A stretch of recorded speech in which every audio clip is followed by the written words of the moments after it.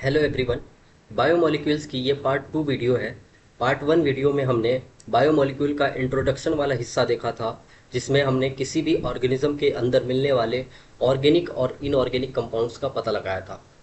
साथ ही साथ हमने प्राइमरी और सेकेंडरी मेटाबोलाइट्स के बारे में पढ़ा था, फिर अमीनो एसिड के बारे में पढ़ा था और प्रोटीन के बारे में पढ़ा था। अब अगले बायोमोलिक्यूल्स के बारे में पढ़ना शुरू करते हैं। तो इस वीडियो में हमें कार्बोहाइड्रेट, लिपिड और न्यूक्लिक एसिड के बारे में पढ़ना है। आइए शुरू करते हैं पढ़ना। सबसे पहले हम पढ़ेंगे कार्बोहाइड्रेट। तो एनसीईआरटी में कार्बोहाइड्रेट के लिए सिर्फ और सिर्फ पॉलीसेकेराइड ही लिख कर दिया है, लेकिन हमें पॉलीसेकेराइड को समझने के लिए सबसे पहले हमें मोनोसेकेराइड और डाइसेकेराइड को समझना पड़ेगा। कम से कम मोनोसेकेराइड के बारे में तो समझना ही समझना पड़ेगा। आओ थोड़ा सा कार्बोहाइड्रेट की बेसिक चीज़ें पढ़ते हैं, फिर जाके हम पॉलीसेकेराइड के ऊपर आएंगे। तो कार्बोहाइड्रेट के बारे में पुराने ज़माने में जो डिफिनेशन दी गई थी वो ये दी गई थी, नाम से ही पता चल रहा है, कार्बोहाइड्रेट, हाइड्रेट्स ऑफ कार्बन। ये कार्बन के हाइड्रेट होते हैं, हाइड्रेट ऑफ कार्बन। ठीक है। अगर इनके जनरल फार्मूला की हम बात करें तो इसका जनरल फार्मूला होता है CnH2O होल n, जहाँ n का नंबर जो है 3 से लेकर 7 तक हो सकता है। तो सबसे छोटी जो कार्बोहाइड्रेट होती है वो होती है 3 कार्बन की, ग्लिसरॉल्डिहाइड। और सबसे बड़ी जो कार्बोहाइड्रेट होती है वो होती है 7 कार्बन की। ठीक है। अब ये जो फॉर्मूला है CnH2O होल n, इसके ऊपर सभी कार्बोहाइड्रेट फिक्स नहीं बैठते। कुछ ऐसे कार्बोहाइड्रेट पाए जाते हैं जो इस फॉर्मूले के ऊपर फिट नहीं बैठते हैं, फिर भी वो कार्बोहाइड्रेट है। और कुछ ऐसे भी कंपाउंड्स पाए गए जो इस फॉर्मूले के ऊपर तो फिट बैठते हैं, लेकिन वो कार्बोहाइड्रेट नहीं है। हम केमिस्ट्री की एनसीईआरटी में ये चीज़ें देखते हैं, लेकिन हमें केमिस्ट्री की एनसीईआरटी नहीं पढ़नी है, अभी हमें बायो की एनसीईआरटी के ऊपर फोकस करना है। आओ हम बायो की तरफ बढ़ते हैं। आज के ज़माने में जो कार्बोहाइड्रेट की जो नई डिफिनीशन है वो क्या है? वो ये है कि कार्बोहाइड्रेट जो होते हैं वो होते हैं पॉलीहाइड्रोक्सी एल्डिहाइड या कीटोन। कार्बोहाइड्रेट के अंदर हमें पॉलीहाइड्रोक्सी ग्रुप देखने को मिलते हैं, बहुत सारे OH ग्रुप आपको देखने को मिलेंगे, और साथ ही साथ कोई एक एल्डिहाइड ग्रुप होगा या फिर कोई कीटोन ग्रुप होगा। इन दोनों में से कोई एक ही होगा। तो बहुत सारे OH ग्रुप देखने को मिलेंगे और एक एल्डिहाइड ग्रुप देखने को मिलेगा या एक कीटोन ग्रुप देखने को मिलेगा। आओ आगे समझते हैं इन चीज़ों को। सबसे पहले कार्बोहाइड्रेट का हम क्लासिफिकेशन सीखते हैं। कार्बोहाइड्रेट को क्लासिफाई करने के 3 तरीके होते हैं, 3 बेसिस होते हैं। सबसे पहला बेसिस है नंबर ऑफ कार्बन के हिसाब से कार्बोहाइड्रेट का क्लासिफिकेशन। नंबर ऑफ कार्बन के हिसाब से अभी हमने बताया जो n का नंबर हो सकता है वो कितने से 3 से लेकर 7 तक हो सकता है। तो कार्बोहाइड्रेट 3 से लेकर 7 कार्बन की कार्बोहाइड्रेट्स हो सकते हैं। सबसे पहली कार्बोहाइड्रेट और सबसे छोटी कार्बोहाइड्रेट होती है 3 कार्बन की, जिसे हम बोलते हैं ट्राइओज। फॉर्मूला क्या होगा? CnH2O होल n में अगर हम n की वैल्यू 3 रख दे तो ये क्या हो जाएगा? C3H2O whole 3। अगर इस 3 का अंदर मल्टीप्लाई कर दे तो फॉर्मूला क्या आ जाएगा हमारे सामने? C3H6O3। यही होता है ट्राइओज का फॉर्मूला। जितने सारे ट्राइओज शुगर होते हैं सबका फॉर्मूला यही होता है। ठीक है। देखो इसके एग्जांपल क्या है? DHA डाई हाइड्रोक्सी एसीटोन, और इसके अलावा एक और है ग्लिसरॉल्डिहाइड। तो जो ग्लिसरॉल्डिहाइड है इसमें एल्डिहाइड फंक्शनल ग्रुप है और डाई हाइड्रोक्सी एसीटोन में कीटोन फंक्शनल ग्रुप है। आगे जब हम फंक्शनल ग्रुप के आधार पे क्लासिफिकेशन देखेंगे तब हम इसको भी देख लेंगे। ठीक है। दूसरे नंबर पे अगर कार्बन की नंबर हो 4 तो उसको हम बोलेंगे टेट्रोज, और इसके एग्जाम्पल उतने इंपॉर्टेंट नहीं है। एक है एरिथ्रोज और एक है एरिथ्रोलोज। ठीक है, एग्जाम्पल उतने इंपॉर्टेंट नहीं है हमारे बायो के हिसाब से। अगला, अगर कार्बन का नंबर हो 5 तो उस शुगर को हम बोलते हैं पेंटोज शुगर। ठीक है। तो ये पेंटोज शुगर जो है ये काफ़ी इंपॉर्टेंट है और इसके बारे में आपको जानना चाहिए। इसका फॉर्मूला क्या होता है? C5H10O5। एग्जाम्पल क्या है? Ribose sugar, deoxy ribose sugar और राइबोलोज। ठीक है। इन तीनों के नाम आपको अच्छे से पता होने चाहिए। तीनों पेंटोज शुगर हैं ये भी आपको पता होना चाहिए, और राइबोज और डीऑक्सी राइबोज का तो हमें बहुत अच्छे से इनका फॉर्मूला भी पता होना चाहिए। राइबोस शुगर के बारे में हमारी एनसीईआरटी ने डायग्राम में दे रखा है। आओ राइबोस शुगर का डायग्राम देखते हैं। राइबोस शुगर के बारे में एनसीईआरटी ने दे रखा है, आओ देखते हैं। ये देखो एनसीईआरटी में राइबोस शुगर का ये डायग्राम बना के रखा है, एक साइक्लिक स्ट्रक्चर बना के रखी है। ये देखो 5 कार्बन है टोटल, यहाँ से कार्बन की गिनती की शुरुआत होती है। तो ये 1 नंबर वाला कार्बन, ये 2 नंबर, ये 3 नंबर, ये 4 नंबर और ये 5 नंबर। राइबोस शुगर में टोटल 5 कार्बन होते हैं। अब अगर अगर इस राइबोस शुगर में जो सेकेंड नंबर वाला कार्बन है वहाँ से OH ग्रुप को हटा दिया जाए, OH ग्रुप को हटा दिया जाए तो उसको हम बोलते हैं डीऑक्सीराइबोज। तो डीऑक्सीराइबोज कुछ भी नहीं होता, बस यहाँ पे अगर सेकंड नंबर वाले कार्बन से OH ग्रुप हटा दिया जाए तो वो डीऑक्सीराइबोज शुगर बन जाती है। ठीक है, तो 5 नंबर वाली शुगर का एग्जाम्पल सब लोग याद रखना, राइबोज, डीऑक्सीराइबोज और राइबुलोज। अगला नंबर आता है 6 नंबर की शुगर का, और 6 नंबर की शुगर कौन कौन सी होती हैं? Glucose, fructose, galactose. काफ़ी इंपॉर्टेंट शुगर हैं ये। इनके फॉर्मूला क्या होगा? C6H12O6। सबको ग्लूकोज और फ्रक्टोज का फॉर्मूला पता होता है। यही फॉर्मूला ग्लूकोज का भी है, फ्रक्टोज का भी है और गैलेक्टोज का भी है। तीनों के फॉर्मूले एक ही हैं। ठीक है, बस क्या है, ग्लूकोज जो है उसमें फंक्शनल ग्रुप कौन सा पाया जाता है? एल्डिहाइड पाया जाता है, CHO ग्रुप। ऐसे ही गैलेक्टोज में भी फंक्शनल ग्रुप क्या पाया जाता है? एल्डिहाइड पाया जाता है। लेकिन जो फ्रक्टोज होता है उसमें फंक्शनल ग्रुप कीटोन पाया जाता है। ठीक है, तो ये 6 कार्बन की शुगर हैं, इनको बोला जाता है हेक्सोज। अब ग्लूकोज की स्ट्रक्चर नीचे मैंने बना के रखी है, इस स्ट्रक्चर को देखो और सबको ये स्ट्रक्चर अच्छे से पता होना चाहिए। अब इस स्ट्रक्चर को बताने के लिए मैं क्या करूँगा, सबसे ऊपर आपको एल्डिहाइड ग्रुप लगा देना है, सबसे ऊपर एल्डिहाइड ग्रुप। अब उसके नीचे ऐसी लंबी सी लाइन खींच के CH2OH ग्रुप लगा देना। अब क्या करना, बीच में चार ऐसी लाइनें बनाना। अब यहाँ पे हमें क्या लगाना है, यहाँ पे हमें OH और H ग्रुप लगाने हैं। OH और H ग्रुप लगाने का तरीका क्या होता है, एक ट्रिक बोल रहा हूँ, ट्रिक याद कर लेना, राम लाल रोले रोले। इस ट्रिक से R पहला टर्म आ रहा है, R मतलब पहला जो OH होगा वो राइट साइड होगा तो H लेफ्ट साइड होगा। दूसरा जो OH होगा वो लेफ्ट साइड होगा, लेफ्ट साइड OH होगा तो H इस तरफ होगा। तीसरा जो OH होगा वो राइट साइड होगा तो यहाँ राइट साइड लगा दो और यहाँ H लगा दो। और चौथा भी राइट साइड होगा तो ये राइट साइड OH लगा दिया, यहाँ H लगा दिया। तो ये ग्लूकोज का फॉर्मूला होता है, और फ्रक्टोज का भी फॉर्मूला मैंने लिख के दिया है। तो ये ग्लूकोज और फ्रक्टोज की स्ट्रेट चेन है। इसके अलावा ग्लूकोज और फ्रक्टोज की साइक्लिक स्ट्रक्चर भी हमें देखने को मिलती है। हमारी एनसीईआरटी ने इसकी साइक्लिक स्ट्रक्चर ग्लूकोज की बना के दे रखी है। शुगर में देखो, यहाँ पे शुगर कार्बोहाइड्रेट, इसकी साइक्लिक स्ट्रक्चर बना के दी है। अब इसकी साइक्लिक स्ट्रक्चर में क्या होता है देख लो, इसकी cyclic structure, number of carbon की शुरुआत यहाँ से करते हैं गिनती, 1 2 3 4 5 6, 6 कार्बन टोटल है। ठीक है, और कितने OH ग्रुप हैं गिन लो, देखो, एक OH ग्रुप, 2 3 4 5, तो 5 तो OH ग्रुप पाए जाते हैं और साथ ही साथ एक एल्डिहाइड ग्रुप पाया जाता है। तो ये होता है ग्लूकोज, जिसमें देख रहे हो ढेर सारे OH ग्रुप हैं। किसी भी शुगर को उठा के देख लोगे, किसी भी कार्बोहाइड्रेट को उठा के देख लोगे, उसमें ढेर सारे OH ग्रुप देखने को मिलेंगे, और एक या तो एल्डिहाइड ग्रुप देखने को मिलेगा या तो कीटोन ग्रुप देखने को मिलेगा। इसीलिए जो नई वाली डिफिनीशन है वो एकदम फिक्स बैठती है, फिट बैठती है। वो क्या है कि जितने सारे कार्बोहाइड्रेट होते हैं वो पॉलीहाइड्रोक्सी एल्डिहाइड या कीटोन होते हैं। ये डिफिनीशन बिल्कुल फिट बैठती है। ठीक है, तो ग्लूकोज की स्ट्रक्चर सबको पता होनी चाहिए, स्ट्रेट चेन वाली भी, और ये साइक्लिक स्ट्रक्चर भी देख के कम से कम पहचान में आनी चाहिए, है ना। जब हम एनसीईआरटी पढ़ते हैं केमिस्ट्री की एनसीईआरटी जब पढ़ोगे तो वहाँ पे आपको पूरा डिटेल से पढ़ने को मिलेगा। क्या होता है अल्फ़ा ग्लूकोज भी होता है, बीटा ग्लूकोज भी होता है, डी ग्लूकोज होता है, एल ग्लूकोज होता है, सब कुछ आपको डिटेल से केमिस्ट्री में पढ़ने को मिलेगा। यहाँ बायो में उतना डिटेल से पढ़ने की ज़रूरत नहीं है। बस सिंपल सा एक जानो, ये जो पहले नंबर वाला कार्बन होता है, इस कार्बन को हम बोलते हैं एनोमेरिक कार्बन। इस कार्बन को हम बोलते हैं एनोमेरिक कार्बन, ये पहले नंबर वाला।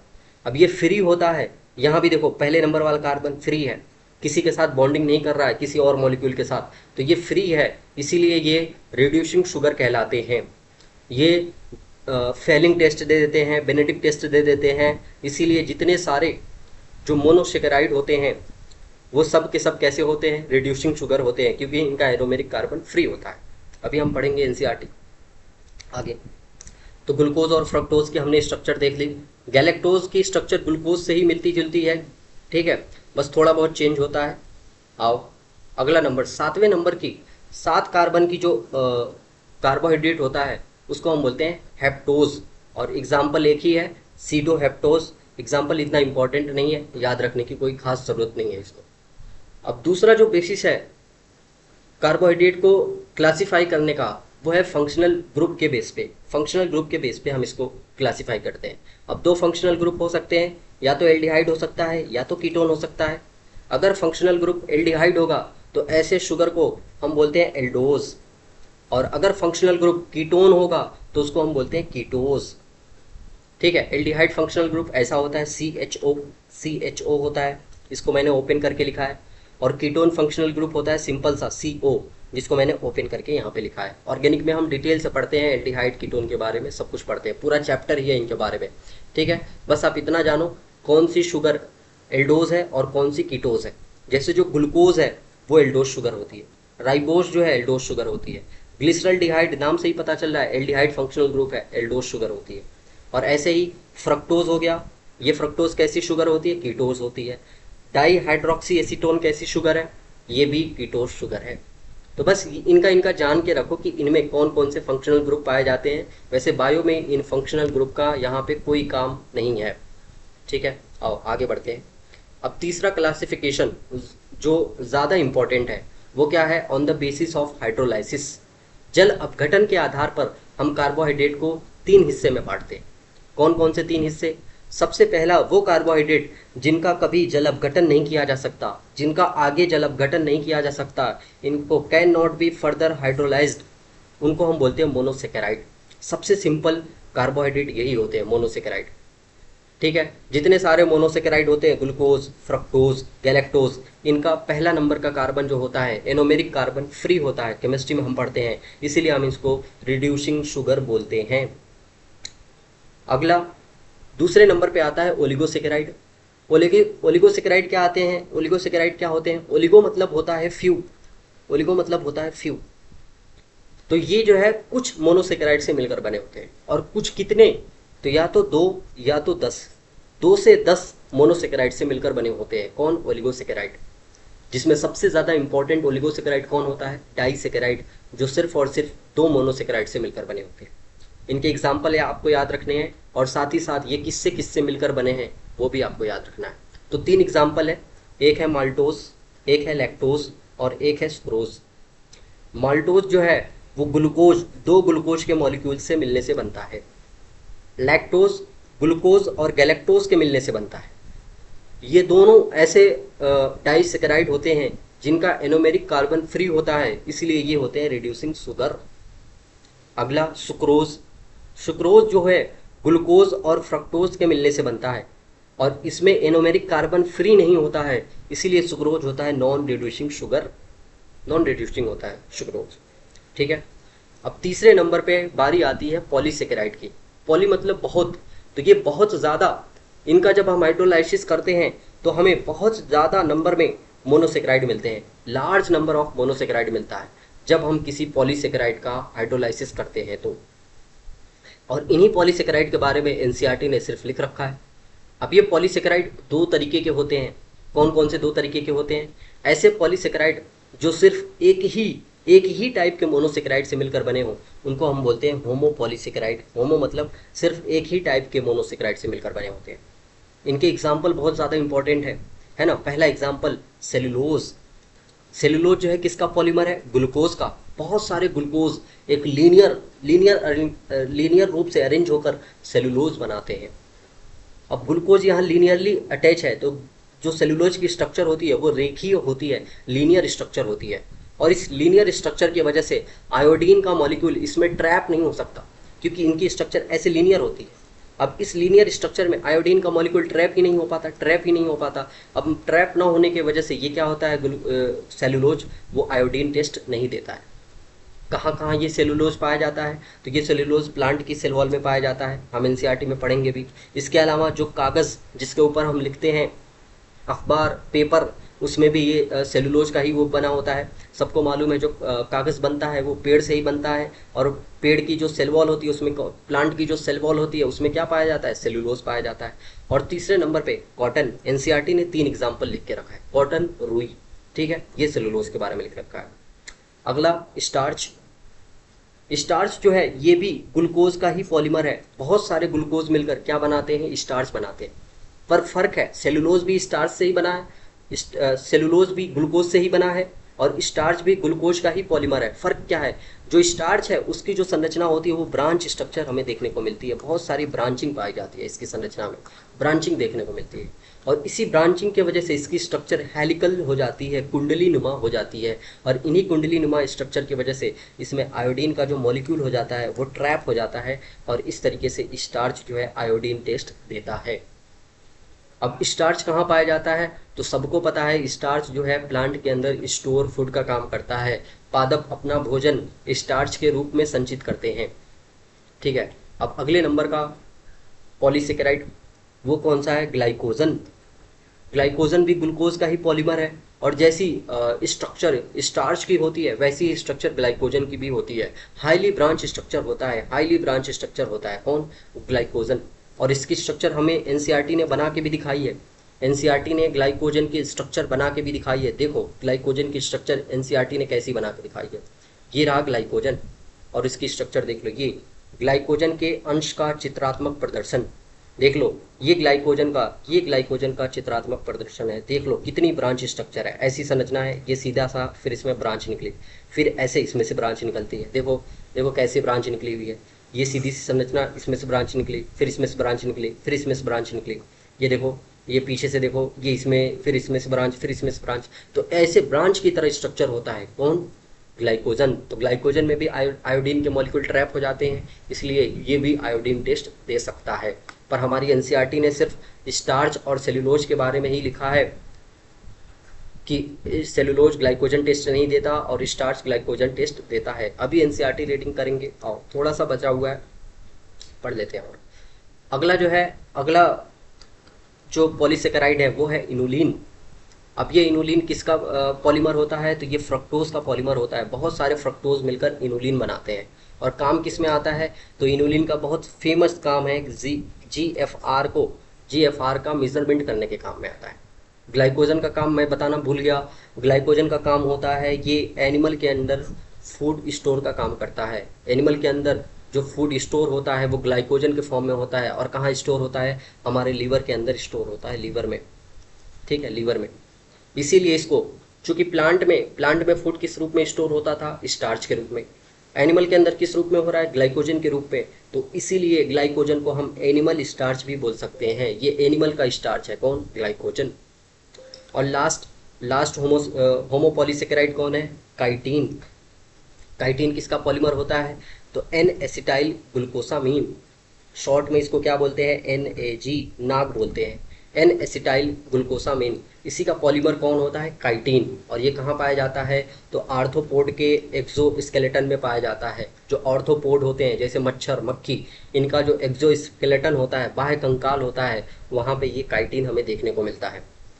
इसके अलावा ये कहाँ देखने को मिलता है, जो फंगस की सेल वॉल होती है, फंगस की सेल वॉल में भी हमें ये काइटिन देखने को मिलता है।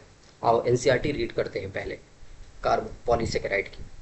ठीक है, देखो पॉलीसेकेराइड की एनसीईआरटी जब हम रीड करना शुरू करते हैं, देखो क्या लिखा है इसमें, पॉलीसेकेराइड अम्ल अविलेय भाग में दूसरे श्रेणी का बृहद अणुओं की तरह पॉलीसेकेराइड कार्बोहाइड्रेट भी पाए जाते हैं। मतलब जो एसिड, ये कहाँ पाया जाता है, एसिड इनसॉल्युबल वाले हिस्से में पाया जाता है। सबको पता है एसिड इनसॉल्युबल वाले हिस्से में, ये पॉलीमर है तो कहाँ पाया जाएगा, एसिड इनसॉल्युबल वाले हिस्से में पाया जाएगा। इसीलिए एनसीईआरटी ने लिखा अम्ल अविलेय भाग में दूसरे श्रेणी के बृहद अणुओं की तरह पॉलीसेकेराइड भी पाए जाते हैं। ये पॉलीसेकेराइड्स शर्करा की लंबी श्रृंखला होती है, शुगर की लंबी लंबी श्रृंखलाओं से बने होते हैं कौन, पॉलीसेकेराइड। जैसे यहाँ पे ग्लाइकोजन देख लो है, अब यहाँ पे देख लो ग्लाइकोजन में ये ग्लूकोज का मॉलिक्यूल, ये ग्लूकोज का मॉलिक्यूल, ये ग्लूकोज का मॉलिक्यूल, ऐसे ग्लूकोज के मॉलिक्यूल मिलते जाते हैं और लंबी लंबी चेन बना लेते हैं। ठीक है, तो यही क्या होते हैं, पॉलीसेकेराइड होते हैं।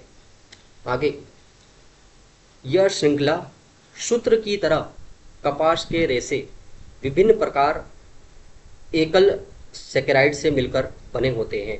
वही बात फिर से लिखा है, एकल मतलब मोनोसेकेराइड। तो ये जो इनकी लंबी लंबी चेन होती है वो विभिन्न प्रकार के मोनोसेकेराइड से मिलकर बने होते हैं, यही बात लिखी है। उदाहरण के तौर पर सेलुलोज जो है एक बहुलक पॉलीसेकेराइड होता है। सेलुलोज की बात कर रहा है ये एनसीईआरटी। सेलुलोज, अभी मैंने बताया सेलुलोज किसका पॉलीमर होता है, ग्लूकोज का।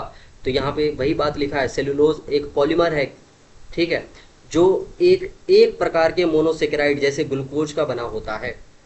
तो सेलुलोज सिर्फ एक ही प्रकार के मोनोसेकेराइड किसका बना है, ग्लूकोज का बना है। तो मैंने सेलुलोज का बताया, सेलुलोज किसका पॉलीमर होता है, ग्लूकोज का। और कैसा पॉलीमर होता है, लीनियर। तो सिर्फ और सिर्फ ग्लूकोज से मिलकर बना है, इसीलिए इसको हम बोलते हैं होमोपॉलीमर, समबहुलक बोलते हैं। इसीलिए तो हमने इनको किस में पढ़ा, होमोपॉलीसेकेराइड में इनको पढ़ा। आगे इसका एक परिवर्तित रूप स्टार्च सेलुलोज से भिन्न है। अब स्टार्च भी किसका पॉलीमर होता है, तो स्टार्च भी ग्लूकोज का ही पॉलीमर होता है। C6H12O6 इसका भी पॉलीमर कौन होता है, स्टार्च होता है। स्टार्च भी इसी का पॉलीमर होता है, ठीक है। लेकिन क्या होता है, थोड़ा सा अलग होता है, क्योंकि स्टार्च जो है एक ब्रांच स्ट्रक्चर के तौर पे पाया जाता है। स्टार्च में ब्रांचिंग पाई जाती है, ठीक है। आगे क्या लिखा है, लेकिन यह पादप ऊतकों में ऊर्जा भंडार के रूप में मिलता है। स्टार्च जो है प्लांट का स्टोर फूड किस कौन होता है, स्टार्च होता है। तो पादपों में ये ऊर्जा भंडार के रूप में काम करता है, एनर्जी को स्टोर करने के लिए काम करता है। आगे प्राणियों में मतलब एनिमल्स में एक अन्य परिवर्तित रूप मिलता है जिसे हम बोलते हैं ग्लाइकोजन। अब ये किसकी बात करने लगा, ग्लाइकोजन की। तो ग्लाइकोजन की भी स्ट्रक्चर किससे मिलती जुलती है, स्टार्च से ही मिलती जुलती है। अब आगे किसकी बात कर रहा है, देखो इनुलिन की। इनुलिन किसका पॉलीमर है, फ्रक्टोज का। तो सबका आपको याद रखना है। देखो अब तक तीनों आए, चाहे सेल्यूलोज हो, चाहे स्टार्च हो, चाहे ग्लाइकोजन हो, तीनों किसके पॉलीमर है, तीनों जो है ग्लूकोज के पॉलीमर है। लेकिन जो इनुलिन है, इनुलिन किसका पॉलीमर है, इनुलिन फ्रक्टोज का पॉलीमर है। और किस काम में आता है, GFR के मेजरमेंट के काम में आता है। सिंपल सा याद रखना है इतना सा, ठीक है। आगे एक पॉलीसेकेराइड श्रृंखला जैसे ग्लाइकोजन का दाहिना सिरा अपचायक और बायां सिरा अनअपचायक कहलाता है। अब ये केमिस्ट्री की बातें हैं, आपको सीधे सीधे याद रखना है। जो ग्लाइकोजन होता है उसका दाहिना सिरा कैसा होता है, अपचायक होता है, और बायां सिरा अनअपचायक होता है। दाहिना सिरा रिड्यूसिंग होता है, ये जो दाहिना सिरा है वो कैसा है, रिड्यूसिंग। और जो इसका बायां सिरा है वो कैसा है, नॉन रिड्यूसिंग, नॉन रिड्यूसिंग, ठीक है। क्योंकि दाहिने सिरे पे देख लो, यहाँ पे एनोमेरिक कार्बन इसका फ्री है। दाहिने सिरे पर इसका एनोमेरिक कार्बन फ्री है, इसीलिए दाहिना सिरा कैसा होगा, रिड्यूसिंग होगा। और बाएं सिरे पर कोई फ्री नहीं, देखो ब्रांच लगातार बनती चली जा रही है बाएं सिरे पर, लगातार लगातार यहाँ पे देखो जुड़ता, अलग अलग मॉलिक्यूल जुड़ते हुए चले जा रहे हैं बाएं सिरे पर। इसीलिए ये बाएं वाला सिरा जो है नॉन रिड्यूसिंग होता है, क्योंकि यहाँ पे जो एनोमेरिक कार्बन होता है वो फ्री नहीं होता है। तो आपको सिंपल सा याद रखना है, जो ग्लाइकोजन होता है उसका राइट वाला सिरा होता है रिड्यूसिंग। राइट से रिड्यूसिंग याद रखना है, राइट वाला होता है रिड्यूसिंग, तो लेफ्ट वाला अपने आप क्या हो जाएगा, नॉन रिड्यूसिंग हो जाएगा, ठीक है। सिंपल से याद रखना है ऐसे, राइट वाला रिड्यूसिंग। आगे यह शाखा युक्त होती है जो व्यंग चित्र जैसा दिखाई देती है। 9.2 में ये ब्रांच स्ट्रक्चर होती है, ये हमने देख ही लिया अभी। देखो ये ब्रांच हाईली ब्रांच स्ट्रक्चर होता है, कौन, ग्लाइकोजन। ये ग्लाइकोजन का स्ट्रक्चर है, देख लो कितनी सारी ब्रांचिंग बनी हुई है। आगे पढ़ना शुरू करते हैं। देखो आगे क्या है, मंड मतलब स्टार्च में द्वितीय कुंडलीदार संरचना मिलती है। अब मंड में कैसी संरचना मिलती है, हेलिकल स्ट्रक्चर हमें देखने को मिलती है। वास्तव में मंड में आयोडीन अणु इसके कुंडलित भाग से जुड़े होते हैं। अब मंड में क्या है, कुंडलीदार संरचना मिली रहती है, ब्रांच स्ट्रक्चर होती है, ऐसे ऐसे ब्रांचिंग पाई जाती है मंड में। तो इस ब्रांचिंग में आयोडीन के अणु क्या हो जाते हैं, जुड़ जाते हैं, फंस जाते हैं। और इसके वजह से ये आयोडीन अणु मंड से स्टार्च से जुड़कर नीला रंग देते हैं, ब्लू कलर देते हैं, मतलब ये आयोडीन टेस्ट देते हैं। तो जब भी स्टार्च की रिएक्शन आयोडीन से कराई जाती है तो स्टार्च आयोडीन से जुड़ जाता है, और जुड़ने के बाद कैसा कलर देता है, नीला रंग, ब्लू कलर देता है, मतलब स्टार्च आयोडीन टेस्ट देता है। सिंपल सा इतना याद रखना है। लेकिन जो सेलुलोज होता है, सेलुलोज में उपरोक्त जटिल कुंडलियां नहीं मिलने के कारण सेलुलोज की स्ट्रक्चर कैसी थी, लीनियर। मैंने कहा था सेलुलोज कैसा पॉलीमर होता है, लीनियर पॉलीमर होता है, जिसके कारण से आयोडीन अणु इसमें प्रवेश नहीं कर पाता। अब लीनियर स्ट्रक्चर है तो आयोडीन अणु कहाँ फंसेगा यहाँ पे, इसीलिए आयोडीन का अणु इससे फंस नहीं पाता है और आयोडीन टेस्ट नहीं देता है, कौन, सेलुलोज, ठीक है। सिंपल से याद रखना। आगे सेलुलोज कहाँ कहाँ पाया जाता है उसकी बात हो रही है। तो मैंने क्या क्या बताया था, 3 जगह बताया था। एक तो प्लांट की cell wall, plant cell wall, और दूसरा मैंने कहाँ बताया था, पेपर में, और तीसरा कॉटन में। देखो वही 3 जगह लिखा होगा। पादप कोशिका भित्ति सेलुलोज की बनी होती है, तो प्लांट सेल वॉल किसकी बनी है? सेल्यूलोज की बनी है। कागज पौधों की लुगदी से बनता है। अब कागज कहाँ से बनता है? पौधों की लुगदी से बनता है, पौधे से ही कागज बनाए जाते हैं। तो तो कागज में भी क्या है? सेल्यूलोज है। पेपर में भी सेल्यूलोज है। ऐसे ही रुई की अगर हम बात करें, कॉटन की बात करें, तो कॉटन के धागे सेल्यूलोज के बने होते हैं। तो यहाँ यहाँ सेल्यूलोज पाया जाता है। अब आगे बात हो रही है काइटिन की। ठीक है, देखो काइटिन के बारे में एनसीईआरटी क्या लिख रही है। प्रकृति में बहुत सारे जटिल पॉलीसेकेराइड मिलते हैं।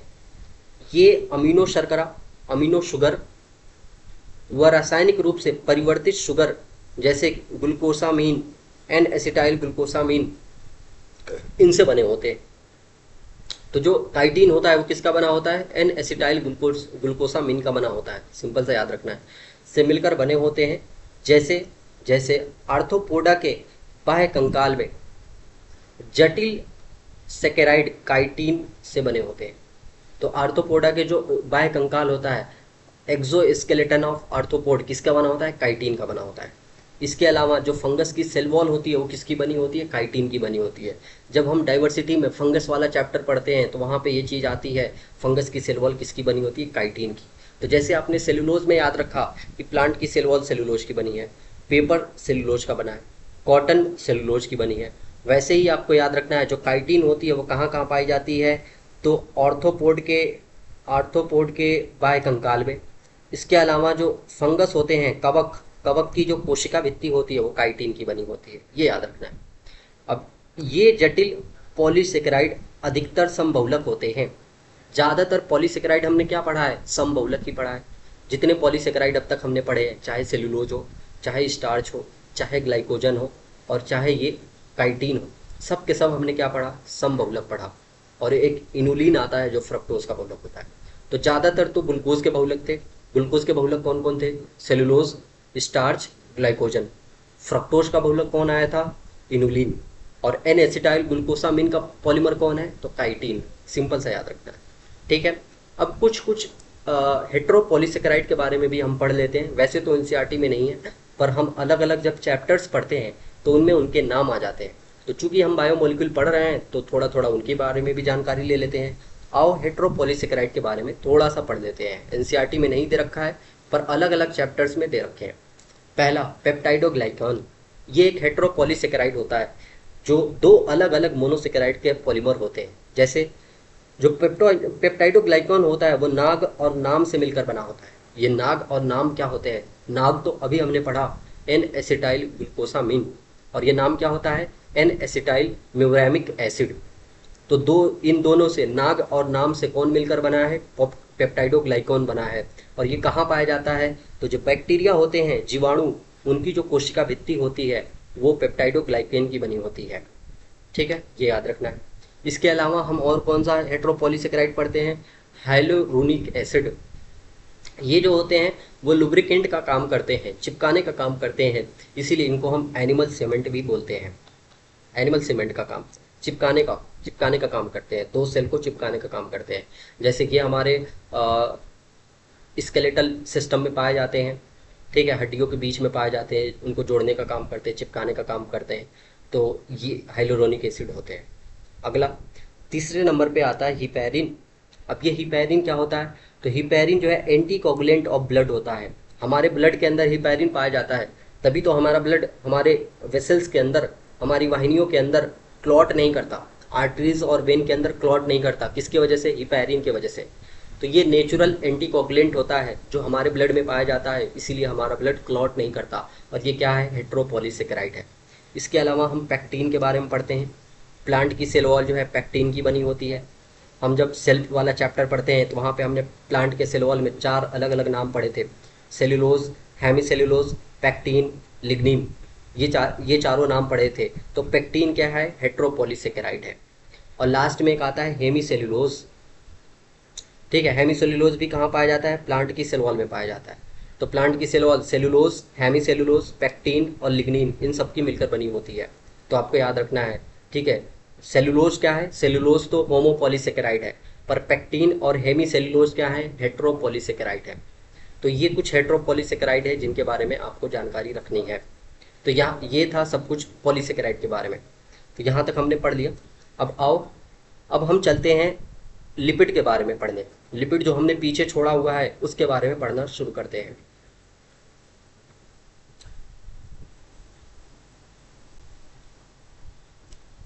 ये है लिपिड। हमने एमिनो एसिड के बारे में ऊपर पढ़ लिया था, अब लिपिड के बारे में पढ़ना शुरू करते हैं। देखो लिपिड के बारे में एनसीईआरटी क्या लिखती है। साधारणतः लिपिड पानी में अघुलनशील होते हैं, पानी में ये अघुलनशील होता है। इसी आगे ये साधारण वसा अम्ल हो सकते हैं। आगे ये लिखा है कि ये वसा अम्ल भी हो सकते हैं। अब लिपिड के बारे में थोड़ी सी जानकारी हल्की फुल्की दे देता हूँ। जो लिपिड होता है, लिपिड वो किससे किससे मिलकर बना होता है, फैटी एसिड और ग्लिसरॉल से मिलकर बना होता है। ठीक है, तो यही फैटी एसिड, ये क्या है, एक तरीके की साधारण लिपिड है फैटी एसिड। तो एनसीईआरटी सबसे पहले फैटी एसिड के बारे में समझाना शुरू कर रही है। आओ फैटी एसिड के बारे में समझते हैं। फैटी एसिड क्या होता है। तो जो फैटी एसिड होता है वो एक, इसमें कार्बन लगा होता है और साथ ही साथ एक कार्बोक्सिलिक ग्रुप पाया जाता है, COOH।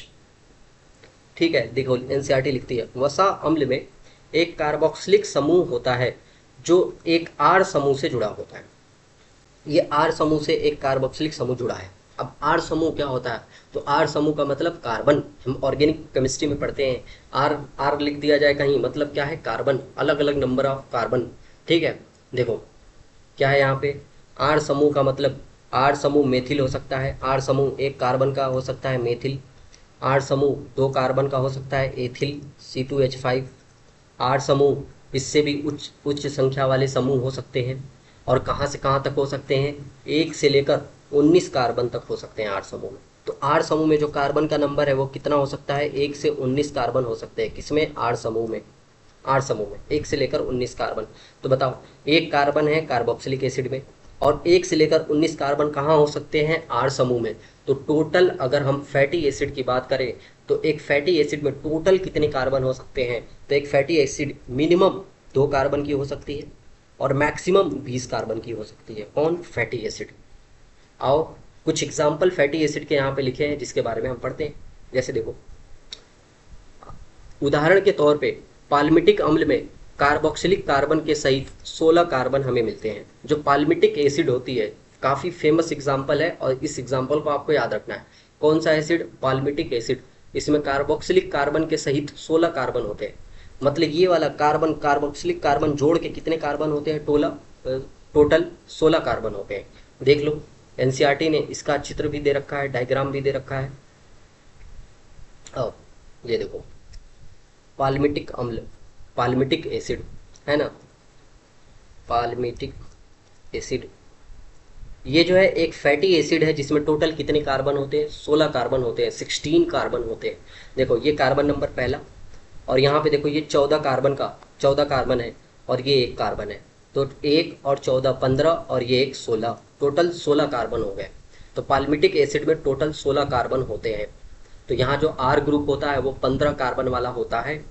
ठीक है, सिंपल सा याद रखना है। तो ये पाल्मिटिक एसिड का फॉर्मूला है CH3CH2 होल N होल 14 है ना। ये पाल्मिटिक एसिड का फॉर्मूला है, सबको ध्यान रखना है। पाल्मिटिक एसिड का फॉर्मूला एनसीईआरटी ने दे रखा है। देखो 16 कार्बन वाला कार्बोक्सिलिक एसिड, आपको क्या करना है, CH3 फिर CH2 लिखना है और ये 14 बार, ये कितनी बार, 14 बार होगा। ठीक है, लगातार फिर COOH ग्रुप होगा। तो ये पाल्मिटिक एसिड का फॉर्मूला है, सिंपल सा, ये आपको याद रखना है। आगे हमारी एनसीईआरटी जो है, अब ये तो पाल्मिटिक एसिड है। आगे एक और एसिड का एग्जाम्पल लिख रही है जिसका नाम है एरिकीडोनिक एसिड। इस एसिड में, इस अम्ल में कार्बोक्सिलिक कार्बन सहित 20 कार्बन परमाणु होते हैं। तो जो एरिकीडोनिक अम्ल होता है उसमें कार्बोक्सिलिक कार्बन के सहित कितने कार्बन होते हैं, टोटल 20 कार्बन होते हैं। 20 कार्बन वाला होता है एरिकीडोनिक एसिड। याद रखना दोनों का, palmitic acid 16 carbon, arachidonic acid 20 carbon.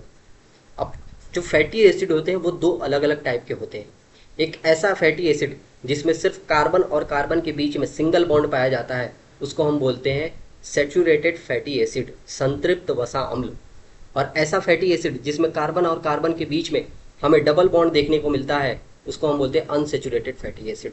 देखो एक फैटी एसिड कैसा होता है, एक फैटी एसिड जिसमें कार्बन कार्बन के बीच में सिंगल बॉन्ड, ये क्या होगा, ये होगा सैचुरेटेड, संतृप्त और एक फैटी एसिड जिसमें कार्बन कार्बन के बीच में अगर एक भी डबल बॉन्ड आ जाए तो इसको हम क्या बोलेंगे, अनसेचुरेटेड फैटी एसिड, असंतृप्त वसा अम्ल। तो ये दोनों आपको एग्जाम्पल याद रखने हैं फैटी एसिड के, ठीक है।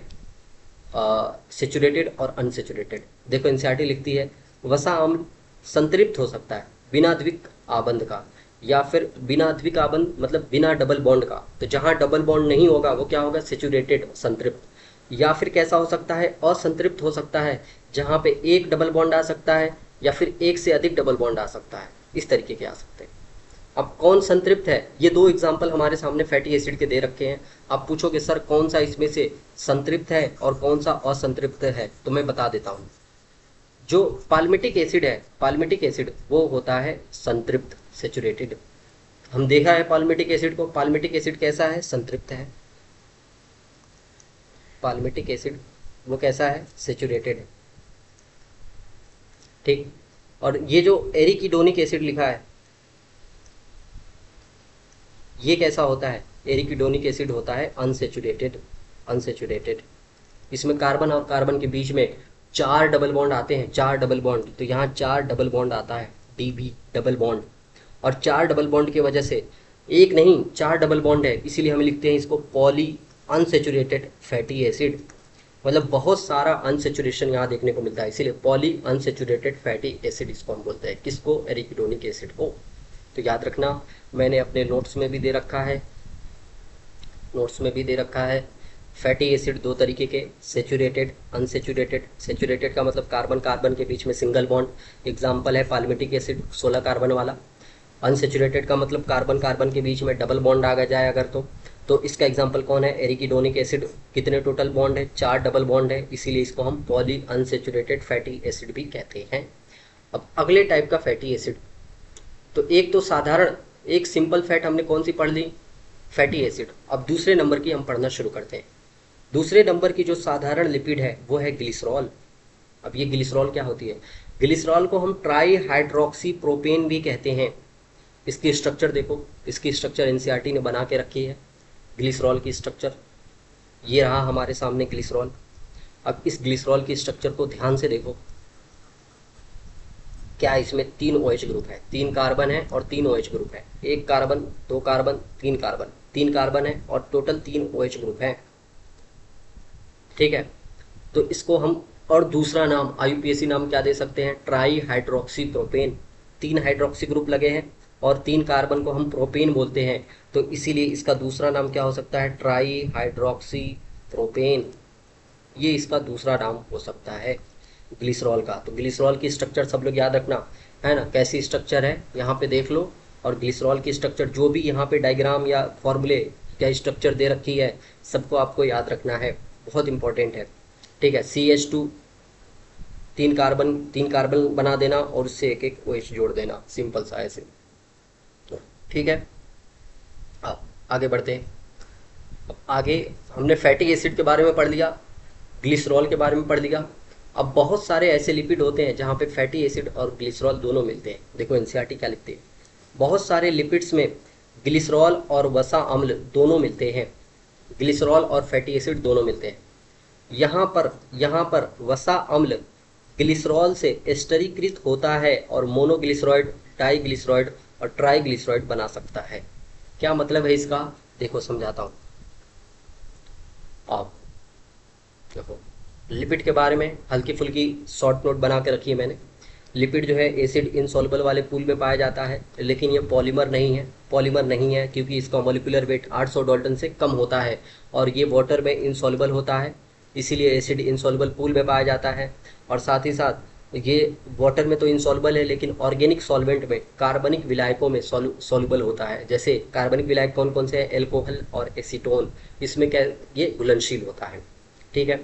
अब देखो सिंपल लिपिड, जो सिंपल लिपिड है, लिपिड के 3 टाइप यहाँ पे मैंने दे रखे हैं, सिंपल लिपिड, कॉन्जुगेट लिपिड और एक है कॉम्प्लेक्स लिपिड या कंपाउंड लिपिड। और भी एक टाइप होता है पर आपको सिंपल और कंपाउंड के बारे में ही जानना है, और साथ ही साथ एक डिराइव्ड लिपिड जाननी है। तो सिंपल लिपिड क्या होते हैं, सिंपल लिपिड को हम फैट भी बोल सकते हैं। ये फैटी एसिड और ग्लिसरॉल से मिलकर बने होते हैं। अब फैटी एसिड का फॉर्मूला अभी मैंने बताया, देखो यहाँ पे RCOOH, RCOOH, ये है फैटी एसिड। तो एक फैटी एसिड ये है, एक फैटी एसिड ये है, एक फैटी एसिड ये है। तो पहला, दूसरा और ये तीसरा आर ग्रुप मैंने अलग अलग लगा दिए। ये 3 फैटी एसिड है, R1 R2 और R3 वाले। अब इस फैटी एसिड के सामने आता है ग्लिसरॉल। अब बताओ फैटी एसिड में जो फंक्शनल ग्रुप है वो क्या है? फंक्शनल ग्रुप ये COOH है, जो क्या है? एसिड, कार्बोक्सिलिक एसिड ग्रुप है, एसिड ग्रुप है। और जो ग्लिसरॉल है, ग्लिसरॉल नाम से ही पता चला है, यहाँ पे जो फंक्शनल ग्रुप है वो क्या है? एल्कोहल है। तो फैटी एसिड में फंक्शनल ग्रुप एसिड है, और ग्लिसरॉल में जो फंक्शनल ग्रुप है वो क्या है? एल्कोहल है। और ऑर्गेनिक केमिस्ट्री में हम पढ़ते हैं कि जब भी एसिड की रिएक्शन एल्कोहल से हम कराते हैं तो बनता है एस्टर, और जो बॉन्ड बीच में बनता है उसको हम बोलते हैं एस्टर बॉन्ड, और इस प्रक्रिया को हम बोलते हैं एस्टरीफिकेशन। तो एसिड का एल्कोहल का मिलना क्या कहलाएगा? एस्टरीफिकेशन, क्योंकि बनने वाला जो नया कंपाउंड होगा वो क्या होगा? एस्टर बनेगा। ठीक है, तो आपको ऑर्गेनिक केमिस्ट्री में आप पढ़ लोगे, बस यहाँ पे एक फॉर्मूला सिंपल सा याद रखना, एसिड और एल्कोहल मिल रहे हैं तो क्या बनेगा? उनका होगा एस्टरीफिकेशन, और एस्टरीफिकेशन से आगे चल के सिंपल लिपिड बनेगी। तो यहाँ पे देख लो क्या क्या हुआ है। यहाँ पे कार्बोक्सिलिक एसिड ग्रुप और साथ ही साथ एल्कोहल ग्रुप आपस में मिल रहे हैं, और इनके मिलने से देखो बीच से क्या होगा? H2O, वाटर का मॉलिक्यूल बाहर निकलेगा। 3 वाटर के मॉलिक्यूल बाहर निकलते हैं। जितने एसिड और जितने एल्कोहल ग्रुप रिएक्शन करेंगे उतना वाटर का मॉलिक्यूल बाहर निकलेगा। तो 3 वाटर का मॉलिक्यूल बाहर निकल गया। अब जो नई संरचना बन गई उसी को हम क्या बोलते हैं? सिंपल लिपिड बोलते हैं। और इसमें 3 क्या है? 3 फैटी एसिड मिले हुए हैं, इसीलिए हम इसको बोलेंगे ट्राईग्लिसराइड। 3 फैटी एसिड है और एक ग्लिसरॉल है, तो इसीलिए हमने इसको बोला ट्राईग्लिसराइड। अगर सिर्फ एक फैटी एसिड मिलता, देखो यहाँ पे चूंकि 3 OH ग्रुप हैं, फैटी इस ग्लिसरॉल में 3 OH ग्रुप हैं, तो इनसे 3 फैटी एसिड अलग अलग रिएक्शन कर सकते हैं। लेकिन अगर सिर्फ एक फैटी एसिड रिएक्शन करता तो क्या होता? वो मोनोग्लिसराइड बनता। अगर 2 फैटी एसिड रिएक्शन करते तो पहले वाले रिएक्शन करता तो मोनोग्लिसराइड बनता। अगर अगर 2 फैटी एसिड रिएक्शन करते तो क्या बनता? डाईग्लिसराइड। और अगर 3 यहाँ पे 3 कर रहे हैं तो क्या बन रहा है? ट्राईग्लिसराइड बन रहा है। तो ये याद रखना है आपको। ठीक है, आओ एनसीईआरटी पढ़ते हैं। एनसीईआरटी ने क्या लिख रखा है भाई? बहुत सारे लिपिड जो है ग्लिसरॉल और फैटी एसिड दोनों से मिलकर बने होते हैं। यहाँ जो फैटी एसिड होता है वो ग्लिसरॉल से एस्टरीकृत होता है, मतलब दोनों में जो रिएक्शन होती है वो क्या होती है? एस्टरीफिकेशन होती है। और अगर एक फैटी एसिड मिलेगा तो क्या बनेगा? मोनोग्लिसराइड बनेगा। 2 फैटी एसिड मिलेंगे तो डाईग्लिसराइड बनेंगे, और 3 फैटी एसिड मिल गए तो क्या बन जाएगा? ट्राईग्लिसराइड बन जाएगा। और हमारी एनसीईआरटी ने ट्राईग्लिसराइड बना के दिखाया भी है। जो रिएक्शन मैंने बनाई है वो रिएक्शन देखो यहाँ पे बना के दिखाया है। 3 फैटी एसिड देखो यहाँ पे मिल रहे हैं। एक फैटी एसिड ये रहा, आर ये एक फैटी एसिड ये रहा, ठीक है, और एक फैटी एसिड ये रहा। 3 फैटी एसिड यहाँ पे हैं। देखो आर, ये है R1COOH, एक फैटी एसिड, ये है R2COOH, और ये है R3COOH। तो ये 3 फैटी एसिड मिलते हैं और इसके वजह से क्या बनता है? ट्राईग्लिसराइड बनता है। अब देख लो यहाँ पे लिखा है R1 R2 व R3 वसा अम्ल, मतलब 3 अलग अलग फैटी एसिड हैं। तो इस तरीके से बना ट्राईग्लिसराइड। तो ये थे सिंपल लिपिड। अब सिंपल लिपिड के अलावा भी और भी लिपिड होते हैं, और एनसीईआरटी पढ़ते हैं पहले। देखो आगे जो है एनसीईआरटी तेल और वसा का कंपेयर कर रही है। तेल का, ऑयल का और फैट का। क्या लिख रही है? जो गलन बिंदु के आधार पर, गलन बिंदु मतलब मेल्टिंग पॉइंट के आधार पर वसा और तेल कहलाते हैं। कौन? यही फैटी जो सिंपल लिपिड होते हैं वो गलन बिंदु के आधार पर वसा और तेल कहलाते हैं। अब जो तेल होते हैं, तेलों का गलनांक अपेक्षाकृत कम होता है, इनका मेल्टिंग पॉइंट कम होता है। तो तेलों का जो मेल्टिंग पॉइंट अगर कम होगा तो ये कम टेम्परेचर पर भी लिक्विड फॉर्म में रहते हैं, इस जैसे जिंजेली तेल। ठीक है, और ये सर्दियों में तेल के रूप में ही पाए जाते हैं, मतलब ये जमते नहीं, सर्दियों में भी तेल लिक्विड के फॉर्म में पाए जाते हैं। कौन? तेल। कहने का मतलब है कि सर्दियों में भी लिक्विड के रूप में, तरल रूप में पाए जाते हैं। कौन? तेल। अब आगे लिखा है, क्या आप बाजार में उपलब्ध वसा की पहचान कर सकते हैं? कुछ लिपिड्स में फॉस्फोरस एवं एक फॉस्फोरिलीकृत कार्बनिक यौगिक मिलते हैं, इन्हें हम फॉस्फोलिपिड्स कहते हैं।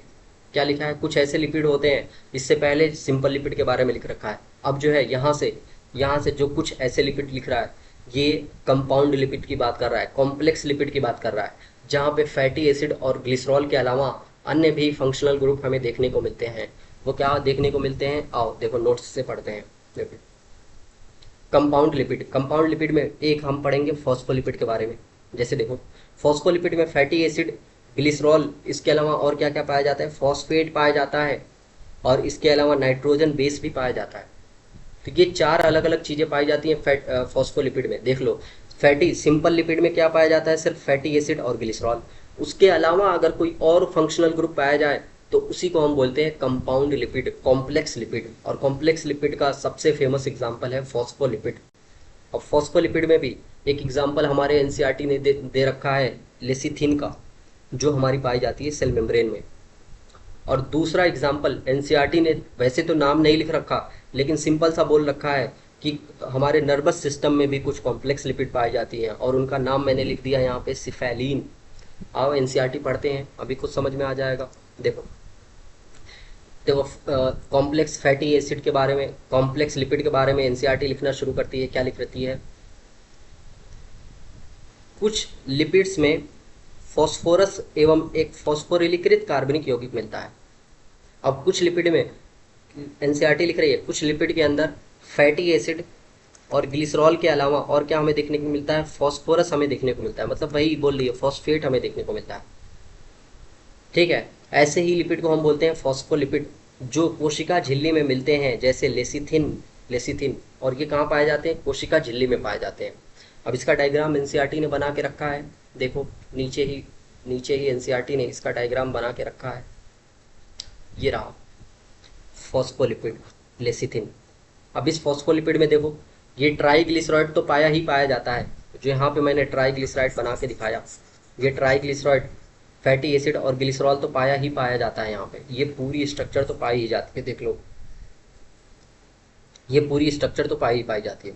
इसके अलावा देखो और क्या है, ये जो दो दो फैटी एसिड जुड़े हैं और तीसरे नंबर वाले एल्कोहल से, तो यहाँ पे तीन फैटी एसिड नहीं जुड़े हैं, याद रखना है आपको। देखो क्योंकि तीन ही OH ग्रुप हैं ग्लिसरॉल में, तो वो तीन ही अलग अलग कंपाउंड से रिएक्शन कर सकता है। तो दो रिएक्शन तो उसने फैटी एसिड के साथ कर ली। अब अगली रिएक्शन उसने किसके साथ की, फॉस्फेट के साथ की। और साथ ही साथ फॉस्फेट से कौन जुड़ा है, ये नाइट्रोजन बेस जुड़ा है। क्योंकि फॉस्फेट कैसा होता है, फॉस्फेट होता है एसिडिक, और नाइट्रोजन बेस नाम से ही पता चल रहा है बेसिक होता है। तो ये फॉस्फेट कैसा है, एसिडिक है। और ये जो नाइट्रोजन बेस है वो कैसा है, एक बेस है, बेसिक है। तो एसिड और बेस के बीच में यहाँ रिएक्शन हो जाती है। तो इस तरीके से बनता है पूरा का पूरा लेसिथिन। तो ये स्ट्रक्चर आपको अपने दिमाग में रखना है, कोई स्ट्रक्चर टफ नहीं है। कैसे याद रखना है, देखो ग्लिसरॉल की स्ट्रक्चर तो सबको पता है। ग्लिसरॉल कैसा होता है, ट्राई हाइड्रोक्सी प्रोपेन होता है। तो ग्लिसरॉल की स्ट्रक्चर सबसे पहले आपको अच्छे से आनी ही चाहिए देख के। ये ग्लिसरॉल की स्ट्रक्चर है। अब एक OH की जगह आपको एक कार्बोक्सिलिक एसिड से रिएक्शन करानी है, R1COOH के से। दूसरे OH की जगह भी आपको उसी से R2COOH से रिएक्शन करा देनी है। अब तीसरा जो OH है, तीसरा OH है, वहाँ पे आपने किससे रिएक्शन कराई, यहाँ पे आपने पहले फॉस्फेट से रिएक्शन कराई। फिर इस फॉस्फेट की रिएक्शन किसके साथ करा दी, नाइट्रोजन बेस के साथ। नाइट्रोजन बेस के साथ देखो ये है नाइट्रोजन, ये है नाइट्रोजन, ये पूरा नाइट्रोजन बेस है। तो इस नाइट्रोजन बेस के साथ रिएक्शन करा दी हमने। तो इस तरीके से बनता है फॉस्फोलिपिड लेसिथिन। और ये लेसिथिन कहाँ पाई जाती है, तो यहीं पे लिख लो कि लेसिथिन हमारी सेल मेम्ब्रेन में पाई जाती है। सेल मेम्ब्रेन में पाई जाती है। जो भी डायग्राम इस पेज के ऊपर दिया है, पूरे डायग्राम का मतलब आपको समझ में आना चाहिए, और ये कहाँ पाए जाते हैं, कैसे होते हैं, सब आपको पता होना चाहिए, क्योंकि ये बहुत ज़्यादा इंपॉर्टेंट डायग्राम है सब के सब। आओ अब आगे पढ़ना शुरू करते हैं। आगे एनसीईआरटी क्या लिखती है, हमने लेसिथिन तक पढ़ लिया था। आगे लिखा है कुछ ऊतक, विशेष तौर पर तंत्रिका ऊतक में अधिक जटिल संरचना में लिपिड पाए जाते हैं। अब तंत्रिका ऊतक में, आगे तंत्रिका ऊतक मतलब वही नर्वस टिश्यू, हमारा नर्वस टिश्यू, यहाँ पे जो है जटिल ऊतक पाए जाते हैं, सॉरी जटिल लिपिड पाई जाती है, कॉम्प्लेक्स लिपिड पाई जाती है। नाम नहीं लिखा एनसीईआरटी ने, हम नाम भी बता देते हैं उसका, वो नाम है सिफेलिन।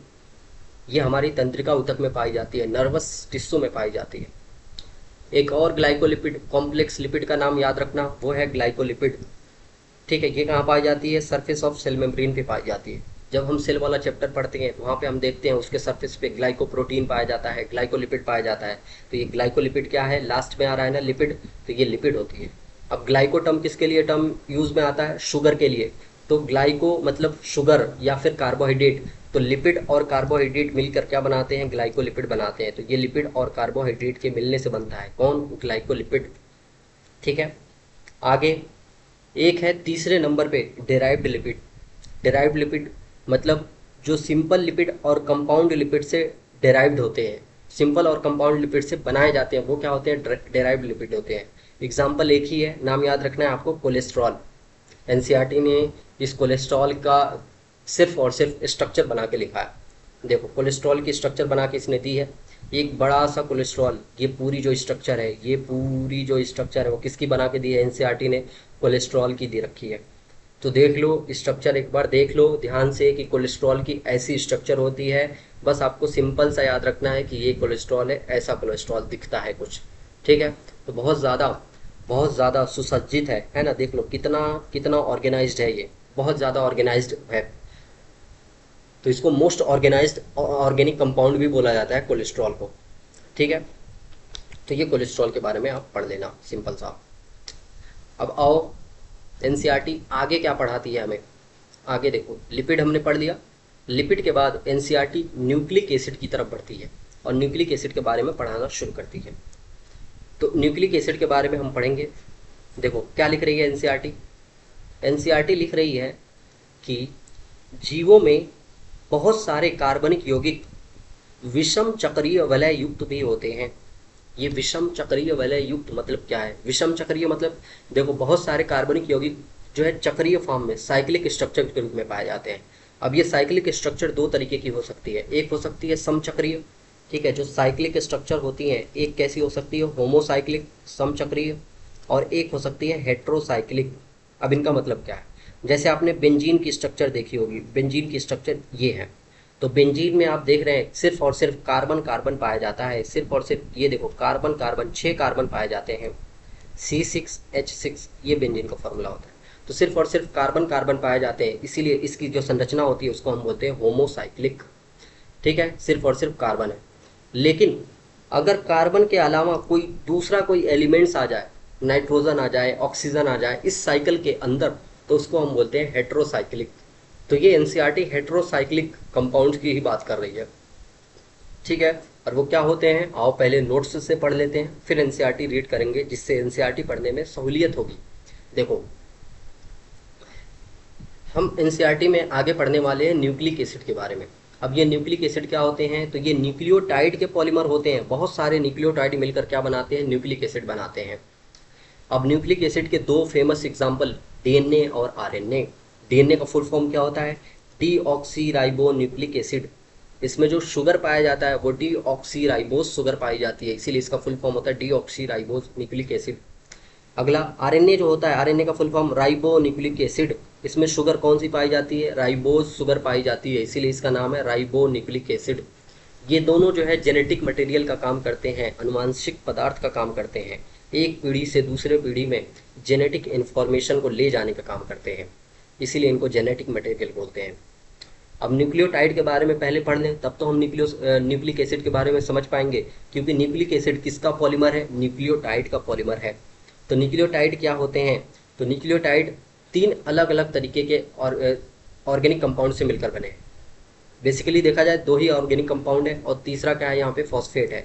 तो एक है नाइट्रोजन बेस और एक है शुगर, और तीसरे नंबर पे आता है फॉस्फेट। तो इन तीनों के मिलने से बनता है nucleotide, nitrogen base plus sugar plus phosphate.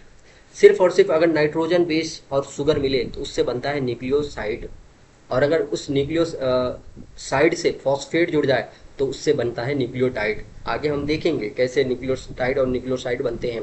आओ पहले तीनों का को अलग अलग पढ़ लें। सबसे पहले नाइट्रोजन बेस के बारे में पढ़ते हैं, फिर शुगर के बारे में, फिर फॉस्फेट के बारे में थोड़ा थोड़ा। अब नाइट्रोजन बेस के बारे में पढ़ना शुरू करते हैं। यही नाइट्रोजन बेस जो है जिसके बारे में एनसीईआरटी लिखती है, ये कार्बनिक यौगिक कैसे होते हैं? हेट्रोसाइक्लिक, विषम चक्रीय होते हैं, हेट्रोसाइक्लिक होते हैं। ठीक है, कैसे हेट्रोसाइक्लिक होते हैं आओ देखते हैं। जो नाइट्रोजन बेस होते हैं वो 2 तरीके के होते हैं। एक नाइट्रोजन बेस जिसमें सिर्फ एक ही रिंग देखने को मिलती है, सिर्फ एक रिंग देखने को मिलती है, ठीक है, पायरामिडीन रिंग बोलते हैं इसको। तो इस एक रिंग वाले नाइट्रोजन बेस को हम बोलते हैं पायरामिडीन। इसके एग्जाम्पल क्या हैं? एग्जाम्पल याद रखते हैं कट से, CUT, साइटोसिन, यूरेसिल, थाइमिन। ठीक है, 3 एग्जाम्पल, साइटोसिन, यूरेसिल और थाइमिन। अब तीनों को देखो, तीनों की स्ट्रक्चर देख के कम से कम ध्यान देना। यहाँ पे सिर्फ एक ही स्ट्रक्चर दे रखी है नाइट्रोजन बेस की, अभी हम देखेंगे एनसीईआरटी में, पर आपको तीनों स्ट्रक्चर ध्यान देनी है। जब हम 12th क्लास में मॉलिक्यूलर बेसिस ऑफ इनहेरिटेंस वाला चैप्टर पढ़ते हैं, तो वहाँ पे हम इन नाइट्रोजन बेस के बारे में डिटेल से पढ़ते हैं, अच्छे से पढ़ते हैं। बस यहाँ पे इनकी स्ट्रक्चर ध्यान देनी है। देखो, ये है पायरामिडीन रिंग। पायरामिडीन रिंग वो रिंग होती है, ऐसी रिंग जिसमें 2 नाइट्रोजन हो और 4 कार्बन हो, 2 नाइट्रोजन हो और 4 कार्बन हो, ऐसी रिंग को हम क्या बोलते हैं? पायरामिडीन रिंग बोलते हैं।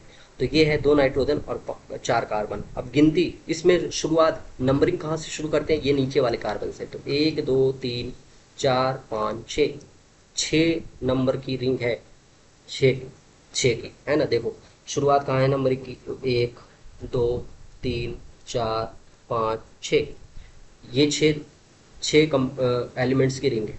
ठीक है, तो आपको ध्यान देना है। अब इस रिंग के ऊपर अगर NH2 ग्रुप लगा हुआ है, कौन सा ग्रुप? NH2 ग्रुप, तो वो होगा साइटोसिन। अगर C double bond O group लगा हुआ है तो वो होगा यूरेसिल। कहाँ पाया जाता है? ये RNA में पाया जाता है। हम मॉलिक्यूलर बेसिस ऑफ इनहेरिटेंस में पढ़ते हैं। देखो इसको हम इसके बाद तीसरे नंबर पे कौन आता है? थाइमिन आता है। यहाँ पे C डबल बॉन्ड O के साथ साथ आपको मिथाइल ग्रुप भी लगा हुआ दिखाई देगा। ठीक है, अब बताओ मिथाइल ग्रुप कितने नंबर पे लगा है? तो 5वें नंबर पे लगा है। ये नंबर पे, यहाँ पे मिथाइल ग्रुप लगा है। तो ये पूरी स्ट्रक्चर जो होती है किसकी? थाइमिन की पूरी स्ट्रक्चर किससे मिलती जुलती है? यूरेसिल से मिल रही है। देख लो, ये पूरी स्ट्रक्चर किससे मिल रही है? यूरेसिल से। सिर्फ फर्क क्या है? जो 5वां नंबर का कार्बन है उस पर क्या लगा हुआ है? मिथाइल ग्रुप लगा हुआ है। इसीलिए इस थाइमिन को दूसरा नाम क्या हम देते हैं? 5 मिथाइल यूरेसिल, 5 मिथाइल यूरेसिल बोलते हैं। अब जो पायरामिडीन होता है इसमें टोटल 3 नाइट्रोजन बेस आते हैं, जिसमें से सिर्फ 2 ही नाइट्रोजन बेस एक न्यूक्लिक एसिड में पाए जाते हैं। डीएनए की बात करें तो डीएनए के अंदर क्या क्या पाया जाता है? डीएनए के अंदर पाया जाता है साइटोसिन और उसके साथ पाया जाता है थाइमिन। और आरएनए में क्या पाया जाता है? साइटोसिन और उसके साथ पाया जाता है यूरेसिल। ये याद रखना है आपको। आगे देखो, दूसरे नंबर पे जो नाइट्रोजन बेस आता है वो है प्यूरिन। अब प्यूरिन में 2 रिंग होती हैं। प्यूरिन के एग्जांपल क्या है? Adenine, guanine. AG से आपको याद रखना है। एडिनिन और ग्वानिन, इसके 2 एग्जांपल है। अब जो एडिनिन होता है, देख लो प्यूरिन में टोटल 2 रिंग है। एक वही पायरामिडीन रिंग जिसमें क्या है? 2 नाइट्रोजन है। कितने नाइट्रोजन है? 2 नाइट्रोजन है और 4 कार्बन है, 4 कार्बन है। और दूसरी होती है एमिडाजोल रिंग, जो 6 नंबर की होती है। इसमें देखो 2 नाइट्रोजन होते हैं, सॉरी 5 की होती है। इसमें 2 नाइट्रोजन होते हैं और 3 कार्बन होते हैं। 1 कार्बन, 2 कार्बन, 3 कार्बन। तो एक पायरामिडीन रिंग है और एक एमिडाजोल रिंग है। ठीक है, तो इन 2 रिंग से मिलने से क्या बनता है? प्यूरिन बनता है। प्यूरिन के 2 ही एग्जाम्पल, एडिनिन और ग्वानिन। एडिनिन क्या होता है? देख लो, एडिनिन में ऊपर NH2 ग्रुप लगा है। पहले भी जब हम पहला एग्जाम्पल हमने पायरामिडीन में देखा था साइटोसिन का, तो साइटोसिन में भी देखो ऊपर NH2 ग्रुप लगा था। तो सिंपल सा याद रखना है, जो पहला एग्जाम्पल होगा उसमें NH2 ग्रुप ऊपर लगा होगा, और जो दूसरा एग्जाम्पल होगा उसमें C double bond O group ऊपर लगा होगा। तो ग्वानिन है दूसरे नंबर पे। ग्वानिन में देखो ऊपर, जैसे यहाँ पे यूरेसिल में ऊपर C double bond O group लगा था, वैसे भी यहाँ क्या लगा है? ऊपर C double bond O group लगा है। तो आपको पहले तो रिंग देख के पहचानना है पायरामिडीन है कि प्यूरिन है। तो अगर एक रिंग होगी, पायरामिडीन रिंग सिर्फ होगी, तो वो क्या होगा? पायरामिडीन होगा। 3 एग्जाम्पल है, साइटोसिन, यूरेसिल, थाइमिन। साइटोसिन में ऊपर मिथाइल ग्रुप, एमीन ग्रुप लगा होगा, NH2 ग्रुप। जो यूरेसिल होगा उसके ऊपर C double bond O group आपको देखने को मिलेगा। और जो थाइमिन होगा उसमें पूरी स्ट्रक्चर यूरेसिल के जैसी होगी, बस 5वें नंबर पे क्या लगा होगा? मिथाइल ग्रुप लगा होगा।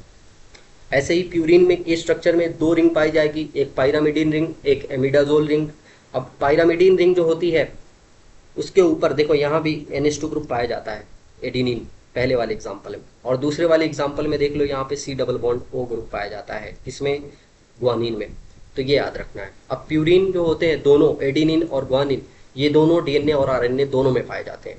DNA और RNA में दोनों में पाए जाते हैं। तो DNA में भी प्यूरिन एडिनिन पाया जाता है, ग्वानिन पाया जाता है, और RNA में भी एडिनिन और ग्वानिन पाया जाता है। तो ऐसा क्यों हुआ कि पायरामिडीन में 3 में से सिर्फ 2 ही पाए जाते हैं? वो ऐसा इसलिए है कि प्यूरीन जो है वो पायरामिडीन के साथ हाइड्रोजन बॉन्ड बनाते हैं, वो जब पॉलीन्यूक्लियोटाइड बनता है उस टाइम। तो साइटोसिन जो है, साइटोसिन गुआनिन के साथ ट्रिपल बॉन्ड बनाता है, और एडिनिन जो है वो थाइमिन के साथ डबल बॉन्ड बनाता है। तो आरएनए में तो साइटोसिन गुआनिन ट्रिपल बॉन्ड और एडिनिन थाइमिन में डबल बॉन्ड पाया जाता है, लेकिन जो डीएनए में, लेकिन जो आरएनए होता है, आरएनए में साइटोसिन और गुआनिन के बीच में ट्रिपल बॉन्ड तो पाया जाता है, पर एडिनिन जो है किसके साथ डबल बॉन्ड बनाता है? तो एडिनिन यूरेसिल के साथ डबल बॉन्ड बनाता है। तो ये आरएनए की स्ट्रक्चर होती है। इसीलिए डीएनए आरएनए से ज़्यादा स्टेबल होता है। उसमें से पहला एक कारण तो ये है कि डीएनए में डीऑक्सीराइबोस शुगर मिलती है, और दूसरा कारण क्या है? दूसरा कारण ये है कि डीएनए में थाइमिन मिलता है यूरेसिल की जगह, और थाइमिन ज़्यादा स्टेबल है यूरेसिल के कंपेयर में। ठीक है, तो ये हमने पढ़ा नाइट्रोजन बेस के बारे में, जो कैसे होते हैं? विषम चक्रीय वलय युक्त होते हैं। आओ आगे बढ़ते हैं, और आगे हम शुगर के बारे में पढ़ेंगे। जो दूसरे नंबर पे हमने बताया कि जो न्यूक्लियोटाइड होता है वो किससे किससे मिलकर बना होता है? तो नाइट्रोजन बेस से, और साथ ही साथ पेंटोस शुगर से, और उसके अलावा क्या पाया जाता है? फॉस्फेट पाया जाता है, इनसे मिलकर बना होता है। और पेंटोस शुगर के बारे में पढ़ना शुरू करते हैं। तो पेंटोस शुगर 2 तरीके की होती है। पेंटोस शुगर नाम इसलिए पड़ा क्योंकि ये 5 कार्बन की शुगर होती हैं। हमने अभी अभी कार्बोहाइड्रेट में पढ़ा है, जो 5 कार्बन की शुगर है उसमें पहला एग्जाम्पल राइबोस। राइबोस जो है किस में पाई जाती है? आरएनए में। इसीलिए आरएनए का नाम क्या हम बोलते हैं? Ribo nucleic acid. Ribose sugar वो होती है जिसमें दूसरे नंबर के कार्बन पे OH ग्रुप पाया जाता है, वो होती है राइबोस।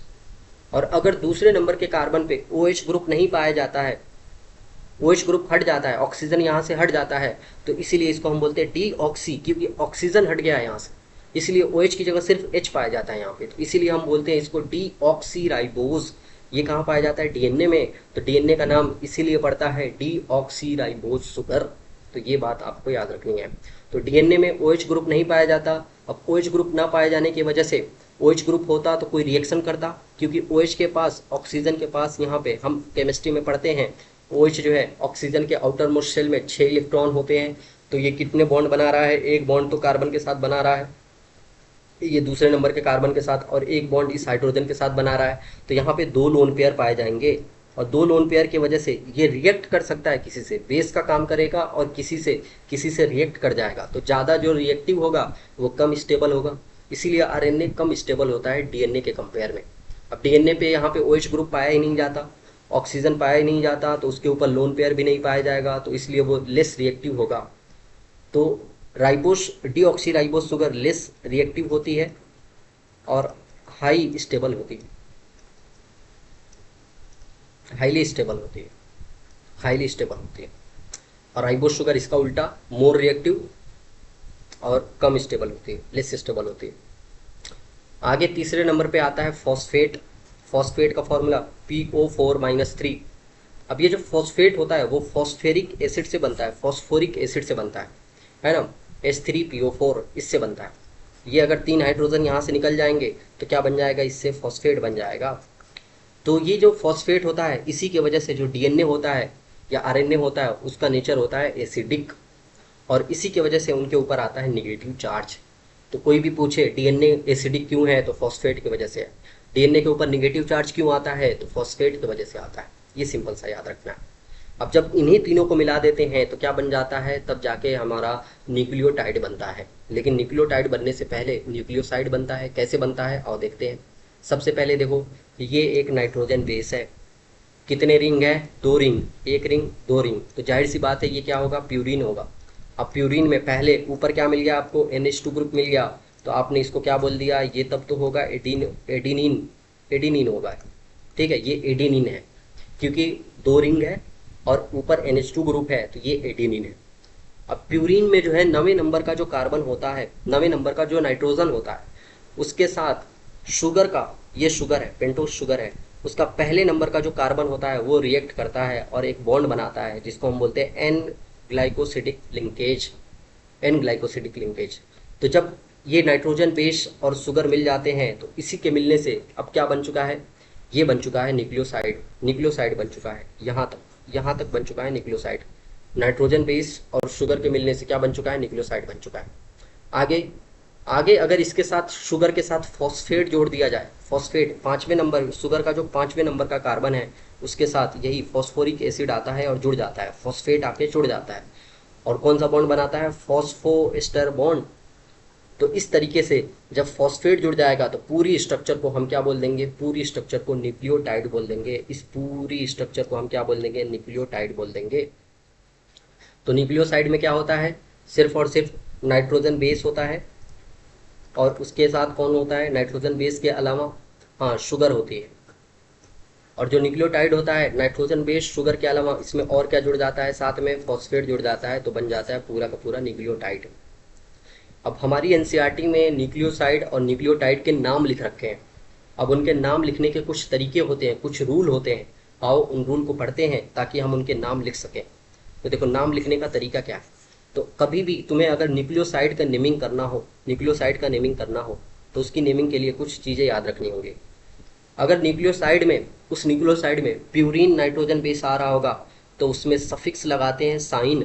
सफिक्स मतलब बाद में, नाम के बाद में जो भी होगा। जैसे एडिनिन आ जाए, एडिनिन, एडिनिन के जैसे यहाँ पे एडिनिन आया था तो एडिनोसिन, एडिनोसिन ये लगा देंगे, एडिनोसिन लास्ट में साइन लगा देंगे। ऐसे ही अगर पायरामिडीन आएगा तो साइन की जगह हम डाइन लगाते हैं, डाइन लगाते हैं। क्यों? क्योंकि पायरामिडीन में देखो, पायरामिडीन में जो पहला ही होता है उसका नाम होता है साइटोसिन। साइटोसिन तो नाम पढ़ के कंफ्यूज मत होना, साइटोसिन लास्ट में SINE आ रहा है तो नाम पढ़ के ये मत कंफ्यूज हो जाना कि ये तो न्यूक्लियोसाइड है। नहीं, ये नाइट्रोजन बेस है साइटोसिन। और कौन सा नाइट्रोजन बेस है? पायरामिडीन है।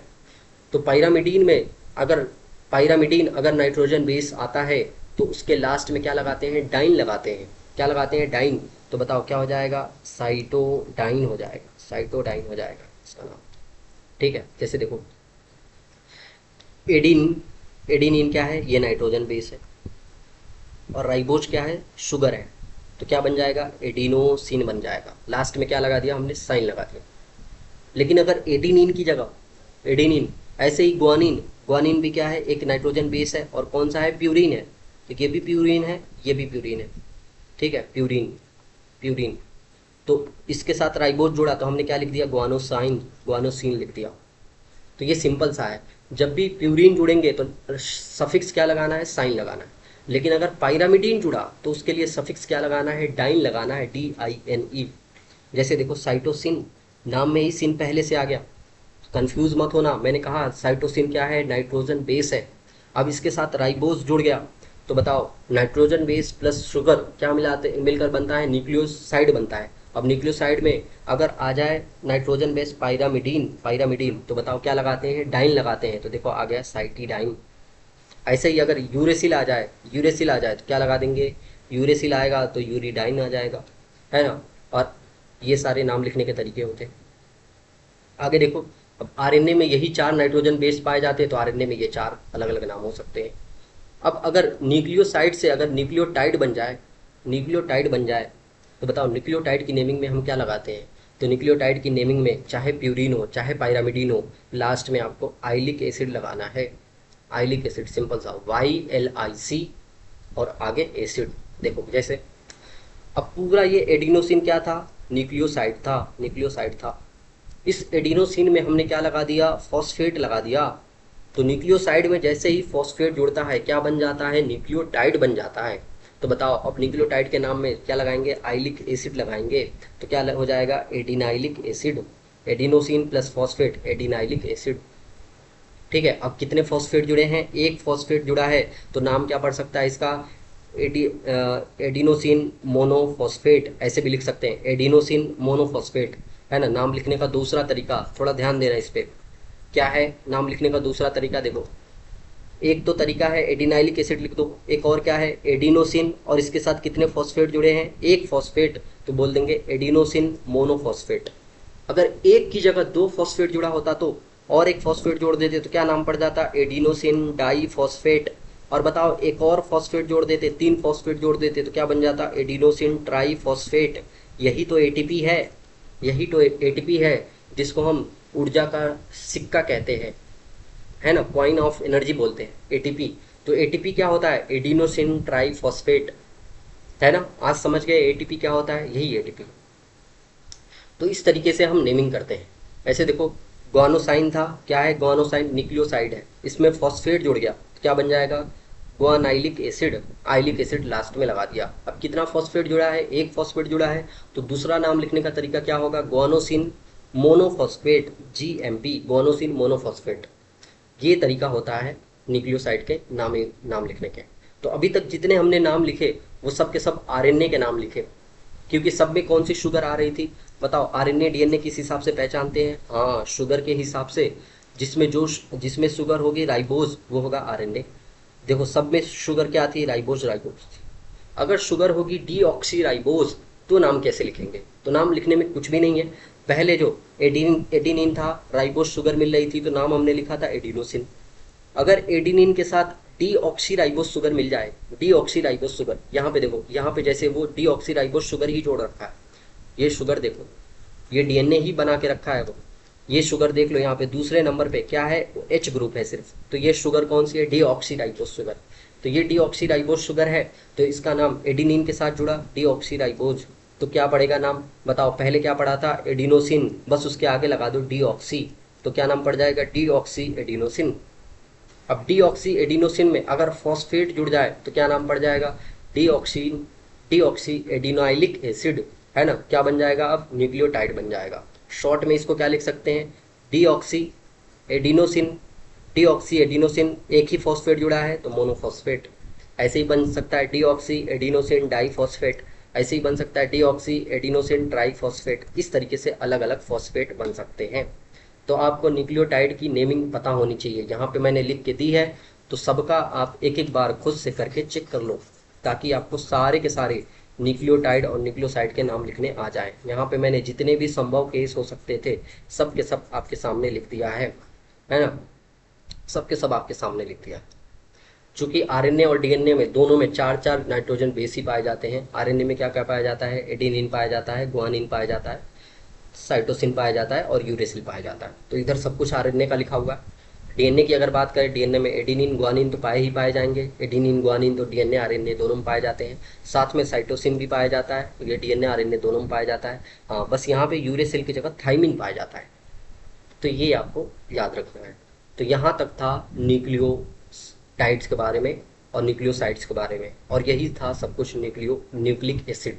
आओ एनसीईआरटी रीड कर लेते हैं, देखते हैं क्या दे रखा है। सिंपल सा एनसीईआरटी ने, ज़्यादा कुछ नहीं लिख रखा है इसके बारे में, क्योंकि 12वीं में आप डिटेल से इसके बारे में पढ़ते हैं, तो एनसीईआरटी ने यहाँ ज़्यादा डिटेल से नहीं लिख रखा है। आओ पढ़ते हैं, हमने सब कुछ समझ लिया, एनसीईआरटी की रीडिंग लगा लेते हैं। देखो एनसीईआरटी ने लिखा है कि जीवों में बहुत सारे कार्बनिक यौगिक विषम चक्रीय वलय युक्त होते हैं। आपने अभी पढ़ा, नाइट्रोजन बेस को देखा, नाइट्रोजन बेस में कैसी साइकिल देखने को मिलती है, विषम चक्रीय। ये साइकिल देखने को मिलती है, जिसमें कार्बन भी है, यहाँ यहाँ यहाँ, ये सब क्या है, कार्बन है, 4 कार्बन है और कितने, 2 नाइट्रोजन है।